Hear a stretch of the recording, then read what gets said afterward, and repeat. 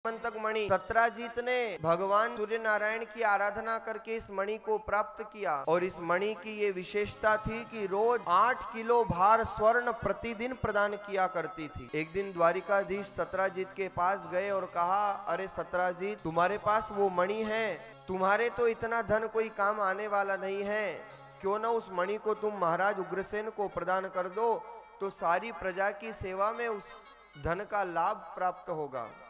पर सत्राजीत ने कहा, द्वारिकाधीश, मेहनत कोई और करे और फल और कोई प्राप्त, मैं इस मणि को नहीं प्रदान करूंगा, मैंने बड़ी मेहनत करके इसे प्राप्त किया है।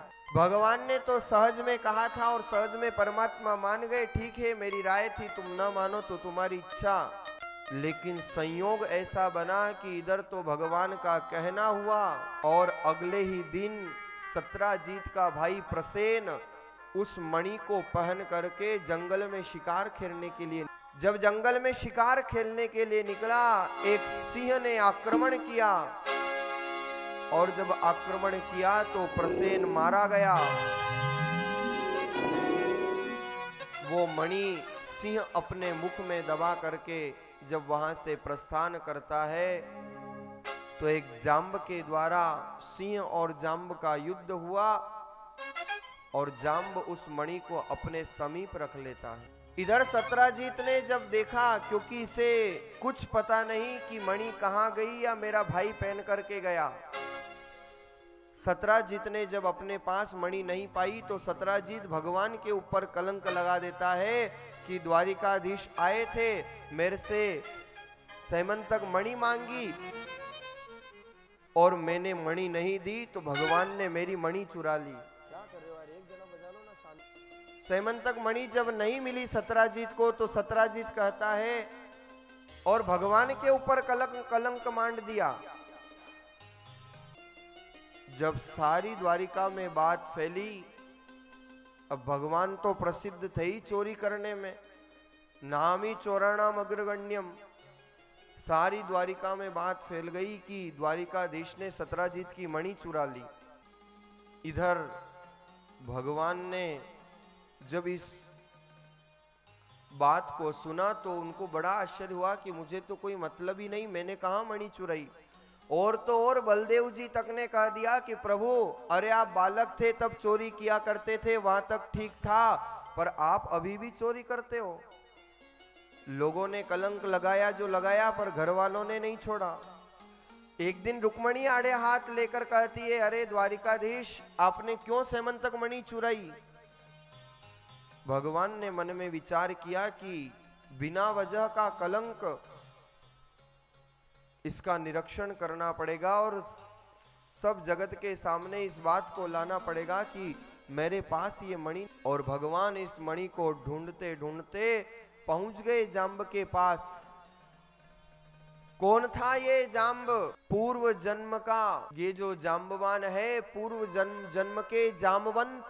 क्योंकि रामावतार में जब राम रावण युद्ध हुआ तो राम रावण युद्ध के बाद जामवंत भगवान से कहते हैं, प्रभु युद्ध को तो विराम मिल गया, पर मेरी भुजाएं तो काम ही नहीं आई, मैं आपसे दो हाथ करना चाहता हूँ, कुश्ती लड़ना चाहता हूँ। राघवेंद्र सरकार मर्यादा पुरुषोत्तम भगवान राम कहते हैं, जामवंत, अभी तो मैं मर्यादा के अवतार में हूँ, लेकिन अगर तुम्हारी दो हाथ करने की इतनी ही इच्छा है तो अगले अवतार में मैं तुम्हारी यह भी इच्छा पूर्ण करूंगा। और वही जामवंत जाम्बवान बन करके आए।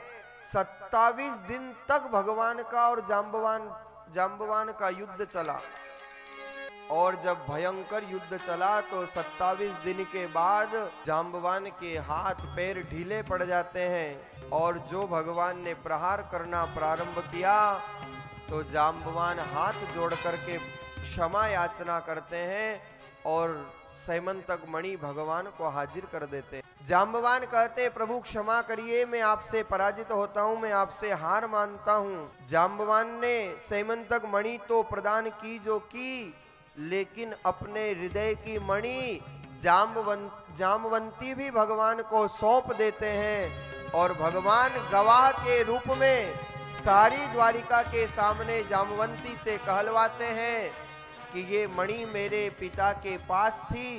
जामवंती को भगवान ने गवाह बनाया, सारी द्वारिका में भगवान के ऊपर जो कलंक लगा था, भगवान उस कलंक से मुक्त हुए और आज भगवान जाम्बवती को स्वीकार करते हैं। भगवान का दूसरा विवाह जाम्बवान की कन्या जाम्बवती के साथ हुआ। देवता लोग पुष्पों की बरसात करते हैं, जय जयकार करते हैं। बोलिए द्वारिकाधीश की। जाम्बवान की कन्या जाम्बवती के साथ भगवान का दूसरा विवाह हुआ। आश्चर्य की बात कि लोग संसार में तो नहीं छोड़ते सो नहीं छोड़ते, पर भगवान के ऊपर भी कलंक लगाने में, भगवान के ऊपर भी दोषारोपण करने में देर नहीं लगाते हैं। एक बार एक वृद्ध मैया थी, भाबासा। अब वो कथा में गई, भागवत कथा में। अब गरीब दीनहीन वृद्ध मैया जब कथा में गई तो साथ में अपना लोटा लेकर के गई कि कहीं पानी की प्यास लग जाएगी और कोई साधन नहीं मिला तो इस लोटे से जल पी लो। अब इधर तो कथा सुनते सुनते आप जानते ही हो सबसे ज्यादा कथा में किसका प्रभाव होता है। इधर तो कथा प्रारंभ हुई और उधर भाबासा ने जो झकोले लेना शुरू किया। भाबासा को तो आ गई नींद। इतने में जो पास में सज्जन कथा सुन रहे थे उनको लगी पानी की प्यास। अब पास में जाके देख कर आए तो कोई बर्तन नहीं मिला। उन्होंने देखा भाबासा सो रही है, झट लोटा उठाया और ले गए और जाकर के पानी तो पी लिया, पर लोटा लेकर के नहीं आए, वहीं छोड़ के आ गए। इधर कथा चल ही रही थी और जैसे ही कथा में कीर्तन होने लगा, जय जय नारायण नारायण हरि हरि, जय जय नारायण नारायण हरि हरि, जय जय नारायण नारायण हरि हरि।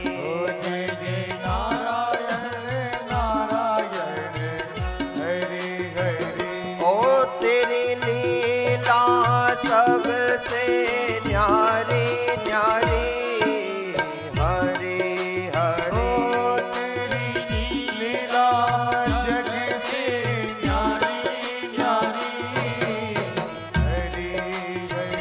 ओ श्रीमन नारायण नारायण हरि हरि, ओ श्रीमन नारायण नारायण हरि हरि। ओ श्रीमन नारायण नारायण हरि हरि, श्रीमन नारायण नारायण हरि हरि। ओ श्रीमन नारायण नारायण हरि हरि, श्रीमन नारायण नारायण हरि हरि। नारायण नारायण हरि। अब महाराज जैसे ही कीर्तन में, कथा में कीर्तन शुरू हुआ और भाबासा की नींद जगी। अब नींद जगी तो देखा पास में लोटा नहीं। अब भाबासा तो बेचैन हो गए क्योंकि वृद्ध मैया और ले बिचारी के एक ही लोटा, और वो भी कोई ले जाए तो उसकी क्या दशा हुई होगी बताओ आप। और उसने चारों तरफ देखा पर लोटा नहीं दिखा। इतने में जब वो लोटा देख रही थी और इधर से शुरू हुआ कीर्तन। अब जब कीर्तन शुरू हुआ तो भोली भाली भाबासा थी। अब जैसे कोई चोर आ जाए तो लोग सारे मिलकर के चिल्लाते हैं चोर चोर चोर चोर। अब भाबासी की जब नींद खुली तो सारे लोग चिल्ला रहे थे नारायण नारायण नारायण। तो भाबासा ने सोचा कि मेरा लोटा नारायण ले गया है। अब कथा में तो कीर्तन हो रहा था कि श्रीमन नारायण नारायण नारायण,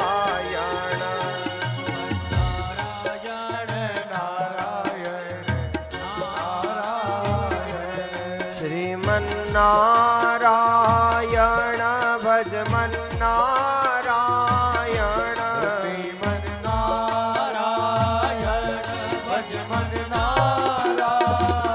ओ श्रीमन नारायण नारायण नारायण, श्रीमन नारायण नारायण नारायण।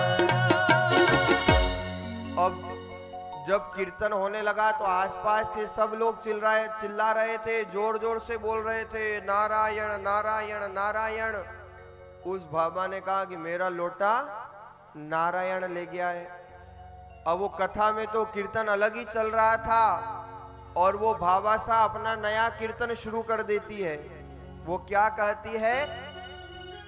ओ मैं तो सुनवा आई थी पारायण, ओ मारो लोटो ले गयो नारायण। तो सुनवा आई थी पारायण, मारो लोटो ले गयो नारायण। ओ मैं तो सुनवा आई थी पारायण, मारो लोटो ले गयो नारायण। ओ मैं तो सुनवा आई थी पारायण, मारो लोटो ले गयो नारायण। ओ मारो लोटो ले गयो नारायण, मारो लोटो ले गयो नारायण। मारो लोटो ले गयो नारायण, मारो लोटो ले गयो नारायण।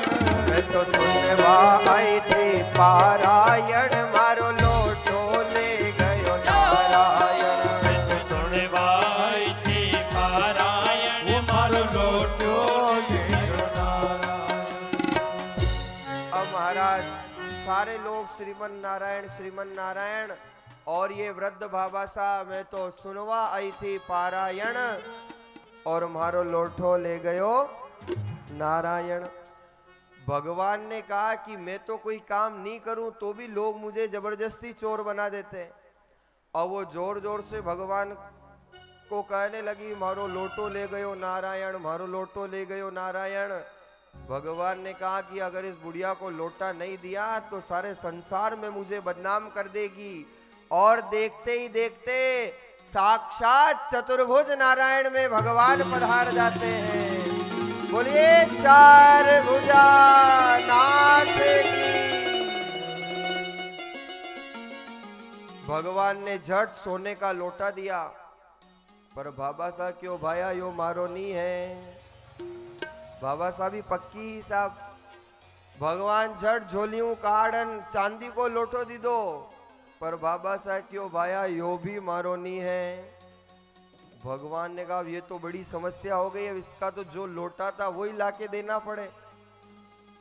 और भगवान जहां पर लोटा पड़ा था वहां गए, लेकर के आए और जैसे ही उस बुढ़िया को दिया तो बाबा साहब पूछियो भया थारो नाम कई है।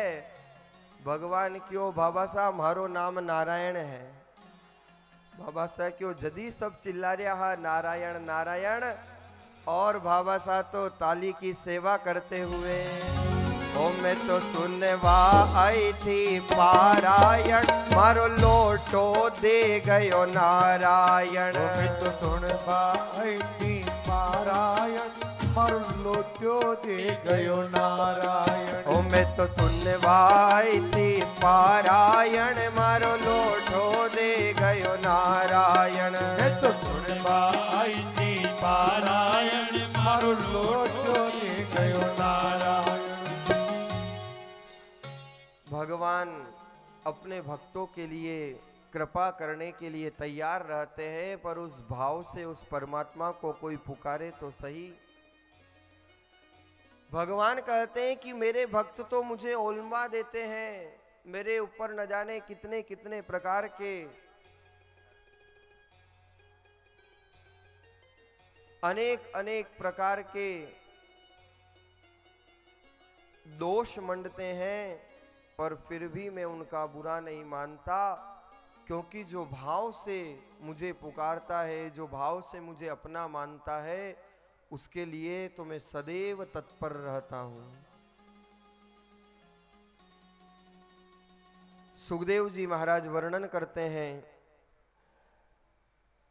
इधर जब सत्रजीत को पता चला कि भगवान ने मणि नहीं ली थी, अरे मणि तो मेरा ही भाई प्रसेन ले गया और जाम्बवान के पास मिली, तो सत्रजीत सारी द्वारिका के सामने क्षमा याचना करता है कि प्रभु मुझे माफ करना, मैंने अनजाने में आपके ऊपर चोरी का कलंक लगा दिया। और सत्राजीत ने माफी मांगी सो तो मांगी, पर अपने कलेजे की टुकड़ी सत्यभामा को भी आप प्रदान कर देते हैं और भगवान का तीसरा विवाह सत्यभामा के साथ होता है। देवता लोग पुष्पों की बरसात करते हैं, जय जयकार करते हैं।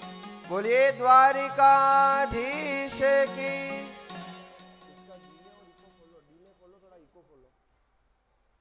भगवान का तीसरा विवाह हुआ।